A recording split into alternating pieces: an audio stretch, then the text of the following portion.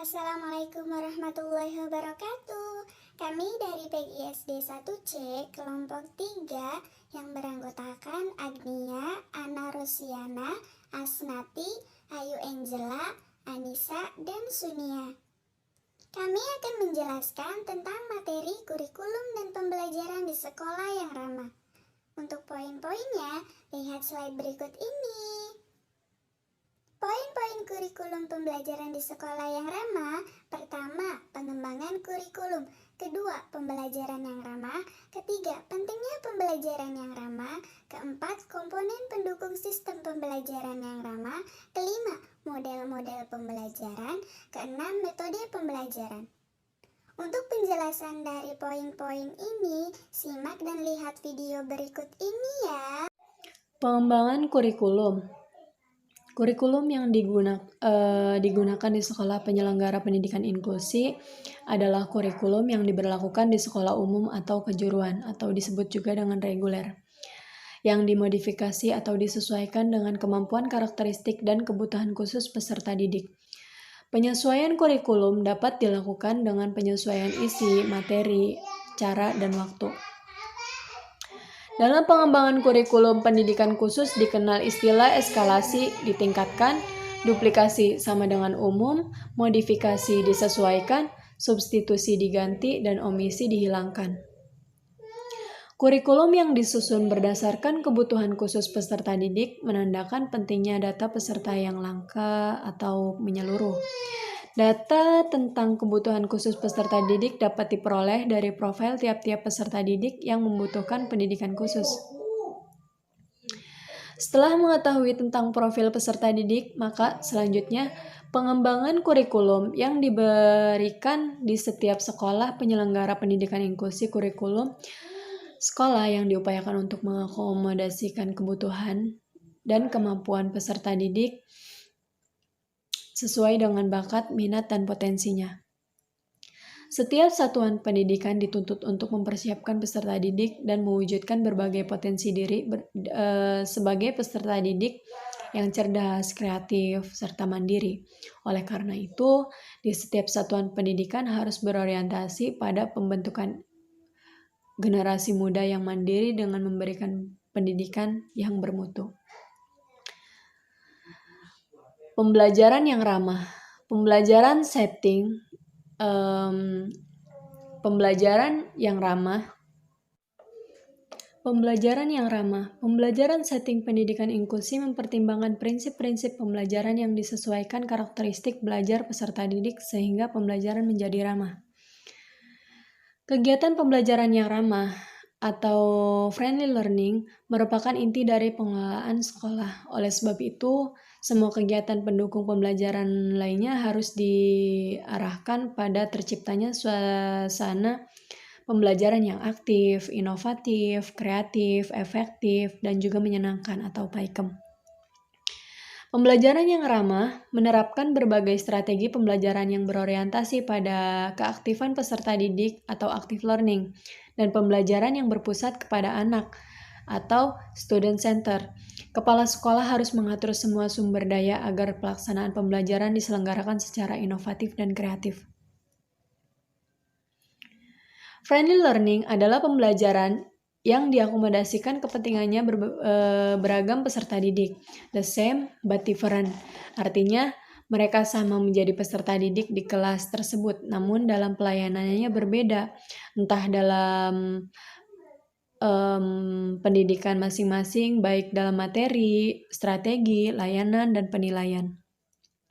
Peserta didik memiliki kebutuhan untuk kepentingan belajarnya, oleh karena itu sangat penting untuk melaksanakan fleksibilitas kurikulum dan dalam pembelajaran tersebut. Melakukan pendekatan pelaksana pembelajaran, memilih metode, media, dan penilaian sesuai dengan kebutuhan khusus peserta didik.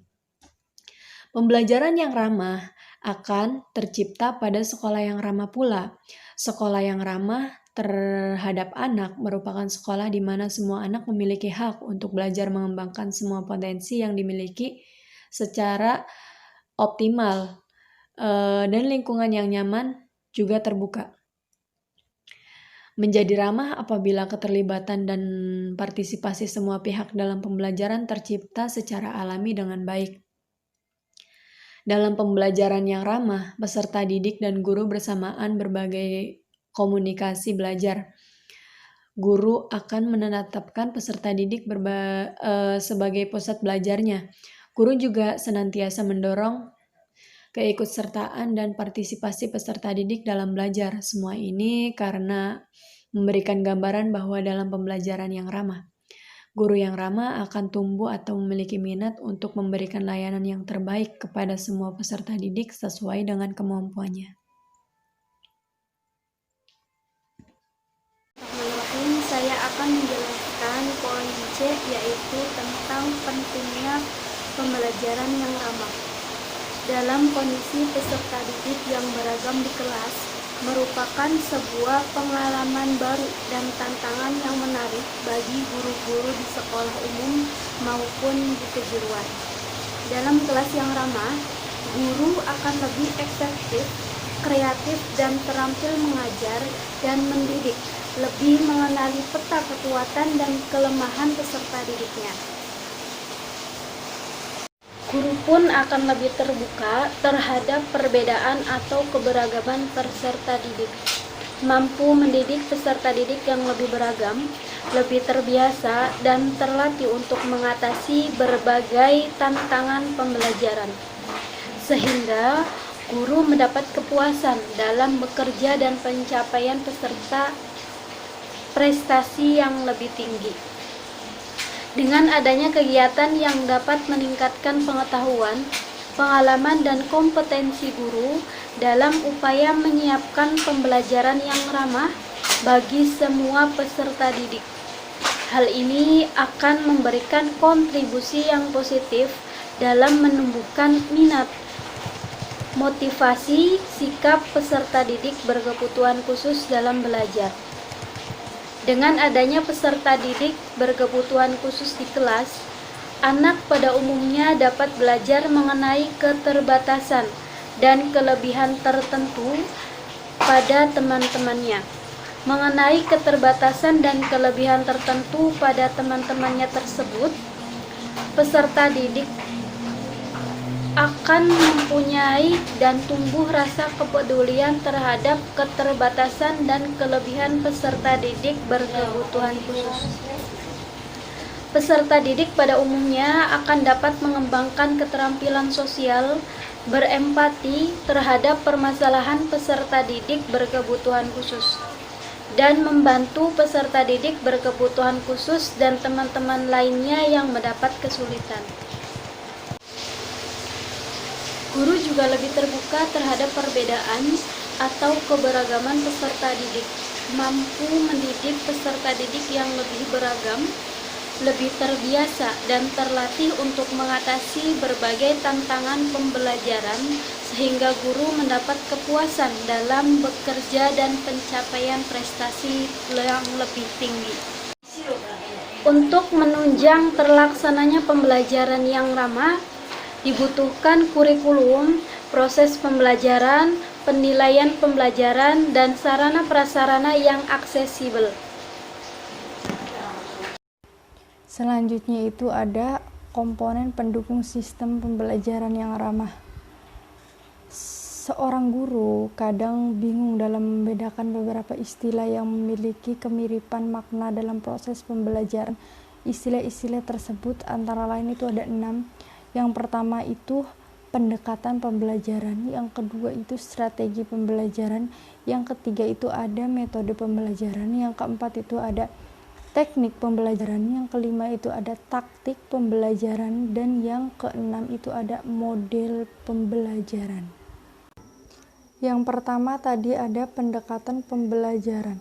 Pendekatan pembelajaran adalah titik tolak atau sudut pandang terhadap proses pembelajaran yang merujuk pada pandangan tentang terjadinya suatu proses yang sifatnya masih sangat umum. Di dalamnya mewadahi, menginspirasi, menguatkan, dan melatari metode pembelajaran dengan cakupan materi teoritas tertentu.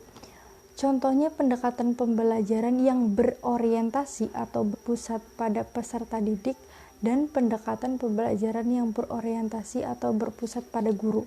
Terus selanjutnya ada strategi pembelajaran.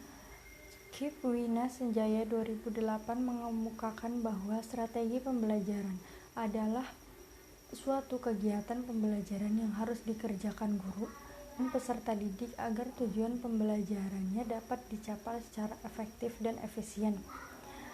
Dan selanjutnya itu menurut J.R. David Wina Senjaya 2008 menyebutkan bahwa dalam strategi pembelajaran terkandung makna perencanaan, artinya bahwa strategi pada dasarnya masih bersifat konseptual tentang keputusan-keputusan yang akan diambil dalam suatu pelaksanaan pembelajaran. Berarti strategi pembelajaran itu harus dikerjakan guru dan peserta didik agar apa? Agar tujuan pembelajarannya itu menjadi efektif dan efisien. Yang ketiga ada metode pembelajaran. Metode pembelajaran adalah cara yang digunakan untuk mengimplementasikan rencana yang sudah disusun dalam pembelajaran. Metode pembelajaran yang dapat digunakan untuk mengimplementasikan strategi pembelajaran itu diantaranya ada ceramah, demokrasi, diskusi, simulasi, eksperimen, terus ada pengalaman lapangan, debat, dan lain sebagainya. Itu contoh dari metode pembelajaran. Yang keempat ada teknik pembelajaran. Teknik pembelajaran adalah cara yang dilakukan seseorang dalam mengimplementasikan suatu metode secara spesifik. Misalnya, penggunaan metode ceramah pada kelas dengan jumlah peserta didik yang relatif banyak yang membutuhkan teknik tersendiri yang tentunya secara teknik akan berbeda dengan penggunaan metode pada kelas yang jumlah peserta didiknya terbatas. Demikian pula dengan penggunaan metode diskusi. Perlu digunakan teknik yang berbeda pada kelas yang peserta didiknya tergolong aktif dengan kelas yang peserta didiknya tergolong pasif. Dalam hal ini, guru pun dapat berganti-ganti teknik meskipun dalam koridor metode yang sama. Yang kelima, ada taktik pembelajaran. Taktik pembelajaran merupakan cara atau gaya seseorang dalam melaksanakan metode pembelajaran tertentu yang sifatnya individual. Misalnya terdapat dua orang sama-sama menggunakan metode ceramah, tapi mungkin akan sangat berbeda dalam taktik penggunaannya. Dalam penyajiannya, yang satu cenderung banyak diselingi dengan humor karena memang dia memiliki sense of humor yang tinggi, sementara yang satunya lagi kurang memiliki sense of humor yang tinggi, tetapi lebih banyak menggunakan alat bantu elektronik karena dia memang sangat menguasai bidang itu. Dalam gaya pembelajaran akan tampak keunikan atau kekhasannya dari masing-masing guru sesuai dengan kemampuan, pengalaman, dan tipe-tipe kepribadian dari guru yang bersangkutan. Dalam taktik ini, pembelajaran akan menjadi sebuah ilmu sekaligus juga seni atau kiat. Terakhir ada model pembelajaran. Model pembelajaran merupakan bentuk pembelajaran yang tergambar dari awal sampai akhir yang disajikan oleh guru. Dengan kata lain, model pembelajaran merupakan bungkus atau bingkai dari penerapan suatu pendekatan, metode, dan teknik pembelajaran. Apabila antara pendekatan, strategi, metode, teknik, dan bahkan taktik pembelajaran sudah terangkai menjadi satu kesatuan yang utuh, maka terbentuklah apa yang disebut dengan model pembelajaran. Terus ada pengalaman lapangan, debat, dan lain sebagainya. Itu contoh dari metode pembelajaran. Yang keempat ada teknik pembelajaran. Teknik pembelajaran adalah cara yang dilakukan seseorang dalam mengimplementasikan suatu metode secara spesifik. Misalnya, penggunaan metode ceramah pada kelas dengan jumlah peserta didik yang relatif banyak yang membutuhkan teknik tersendiri yang tentunya secara teknik akan berbeda dengan penggunaan metode pada kelas yang jumlah peserta didiknya terbatas. Demikian pula dengan penggunaan metode diskusi. Perlu digunakan teknik yang berbeda pada kelas yang peserta didiknya tergolong aktif dengan kelas yang peserta didiknya tergolong pasif. Dalam hal ini, guru pun dapat berganti-ganti teknik meskipun dalam koridor metode yang sama. Yang kelima, ada taktik pembelajaran. Taktik pembelajaran merupakan cara atau gaya seseorang dalam melaksanakan metode pembelajaran tertentu yang sifatnya individual. Misalnya terdapat dua orang sama-sama menggunakan metode ceramah, tapi mungkin akan sangat berbeda dalam taktik penggunaannya. Dalam penyajiannya, yang satu cenderung banyak diselingi dengan humor karena memang dia memiliki sense of humor yang tinggi, sementara yang satunya lagi kurang memiliki sense of humor yang tinggi, tetapi lebih banyak menggunakan alat bantu elektronik karena dia memang sangat menguasai bidang itu. Dalam gaya pembelajaran akan tampak keunikan atau kekhasannya dari masing-masing guru, sesuai dengan kemampuan pengalaman dan tipe-tipe kepribadian dari guru yang bersangkutan. Dalam taktik ini, pembelajaran akan menjadi sebuah ilmu sekaligus juga seni atau kiat. Terakhir, ada model pembelajaran. Model pembelajaran merupakan bentuk pembelajaran yang tergambar dari awal sampai akhir yang disajikan oleh guru.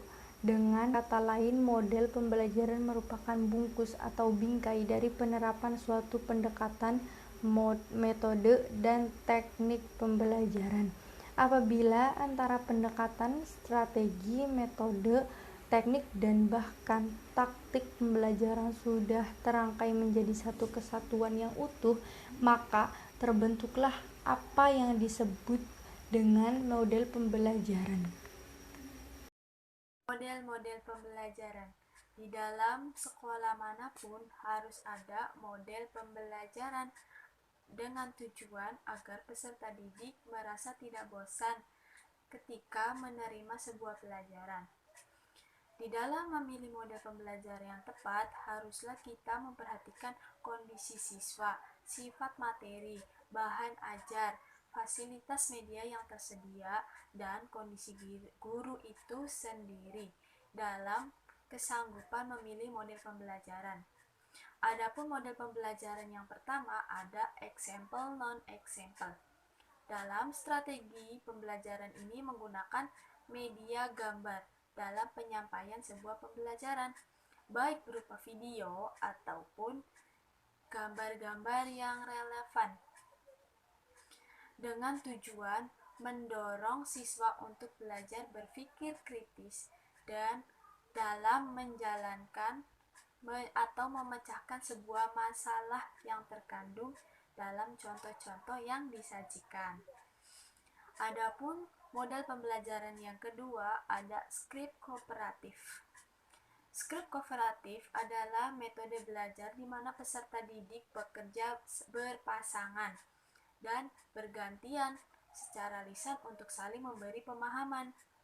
Dengan model seperti ini, siswa dilatih dan dibiasakan untuk saling berbagi atau sharing pengetahuan, pengalaman, dan tanggung jawab, saling membantu dan berlatih berinteraksi, berkomunikasi, sosialisasi, karena kooperatif adalah miniatur dari kehidupan bermasyarakat dan belajar menyadari kekurangan dan kelebihan masing-masing orang.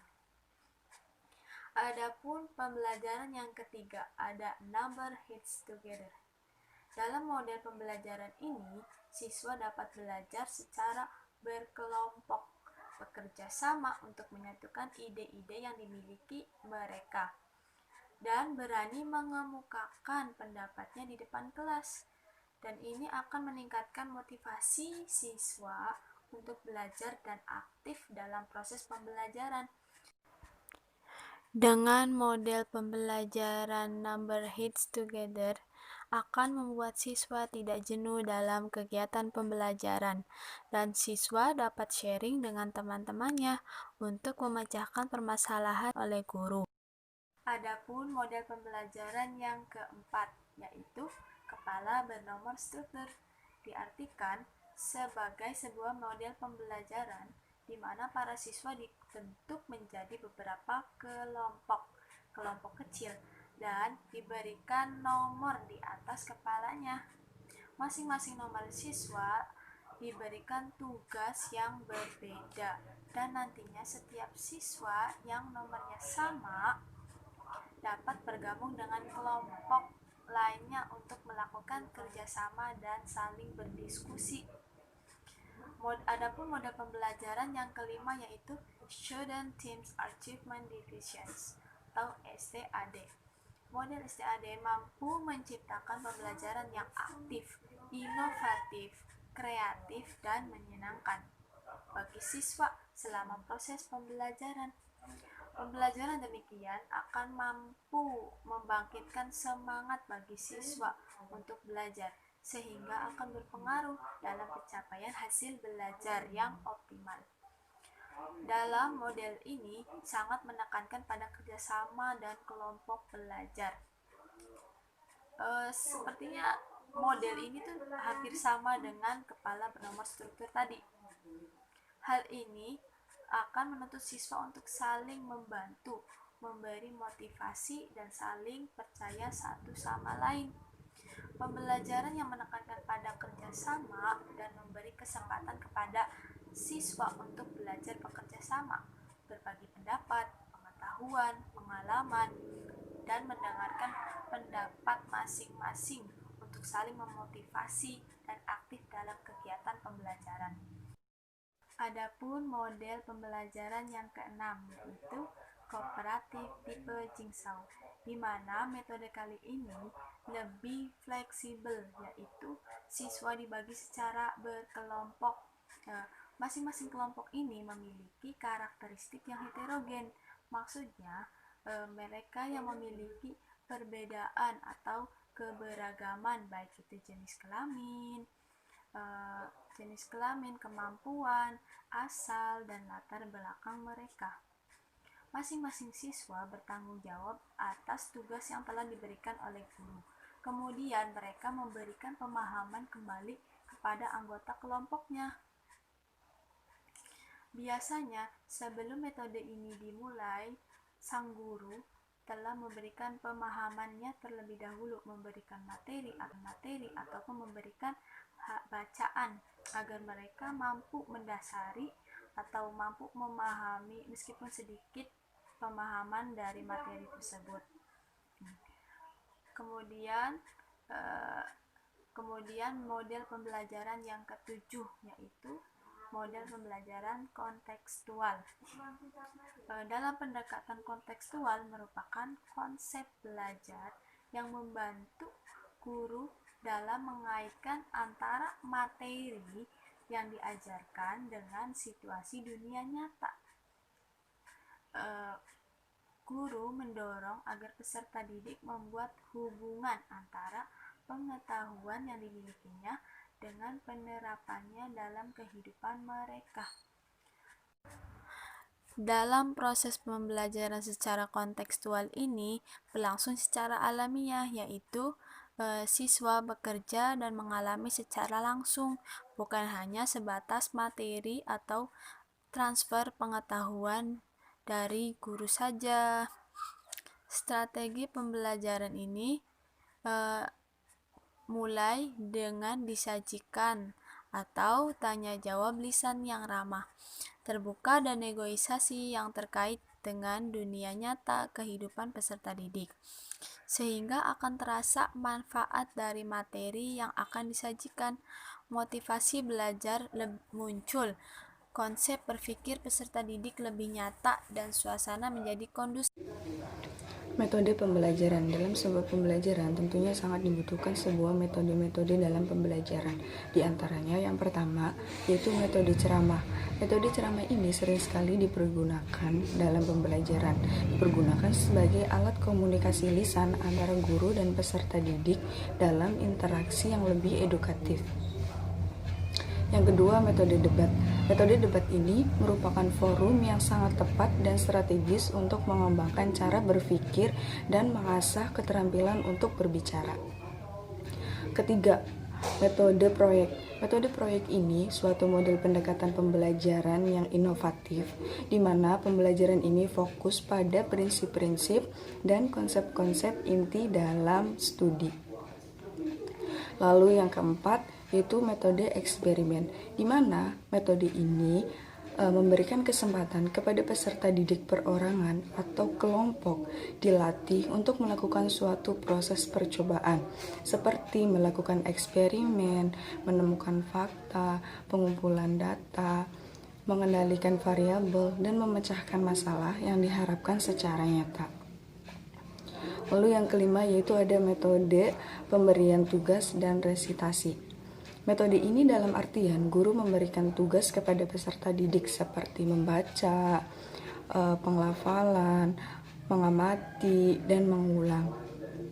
Di mana dalam pemberian tugas ini selalu berkaitan dengan resitasi. Selanjutnya yang keenam, metode diskusi. Metode ini cara penyajian pembelajarannya di mana siswa-siswa diharapkan kepada suatu masalah yang berupa pertanyaan untuk dibahas lalu dipecahkan bersama. Selanjutnya metode bermain peran. Metode ini suatu cara penguasaan bahan pembelajaran melalui pengembangan dan penghayatan peserta didik. Pengembangan imajinasi dan penghayatan dilakukan oleh peserta dalam memerankannya sebagai tokoh hidup atau benda mati. Lalu poin ke-8 yaitu ada metode sosiodrama. Metode ini cara penyajian bahan pembelajaran dengan cara mempertunjukkan atau mempertontonkan atau mendramatisasikan cara tingkah laku dalam kehidupan masyarakat atau kehidupan sosial. Kesembilan, metode demonstrasi. Metode ini suatu metode yang dipergunakan untuk memperlihatkan suatu proses atau cara kerja suatu benda yang berkenan dengan bahan pembelajaran. Metode ini biasanya dilakukan secara kelompok atau klasikal dengan bimbingan guru. Selanjutnya, metode karya wisata. Metode ini peserta didik diajak atau dibawa langsung ke objek yang terdapat di luar kelas sekeliling agar dapat mengamati atau mengalami secara langsung. Ke-11, metode tanya jawab. Metode ini penyajian dengan bahan pelajaran melalui bentuk pertanyaan yang perlu dijawab oleh peserta didik. 12, metode latihan. Metode ini suatu cara pengajaran untuk menanamkan kebiasaan-kebiasaan tertentu dalam suatu pembelajaran. Lalu yang terakhir yaitu ada metode bercerita. Suatu cara pelajaran dengan bercerita suatu informasi yang disampaikan atau dipaparkan atau dijelaskan dari seseorang kepada orang lain. Kesimpulan dari materi pembelajaran di sekolah yang ramah adalah kurikulum yang digunakan di sekolah penyelenggara pendidikan inklusi adalah kurikulum yang diberlakukan di sekolah umum atau kejuruan yang dimodifikasi atau disesuaikan dengan kemampuan karakteristik dan kebutuhan khusus peserta didik. Mengenai sekolah yang ramah, dalam toolkit LIPR menyebutkan bahwa sekolah yang ramah terhadap anak merupakan sekolah di mana semua anak memiliki hak untuk belajar mengembangkan semua potensi yang dimilikinya seoptimal mungkin dalam lingkungan yang nyaman dan terbuka. Menjadi ramah apabila keterlibatan dan partisipasi semua pihak dalam pembelajaran tercipta secara alami dengan baik. Sekian penjelasan materi dari kami. Terima kasih sudah menonton dan menyimak videonya. Wassalamualaikum warahmatullahi wabarakatuh.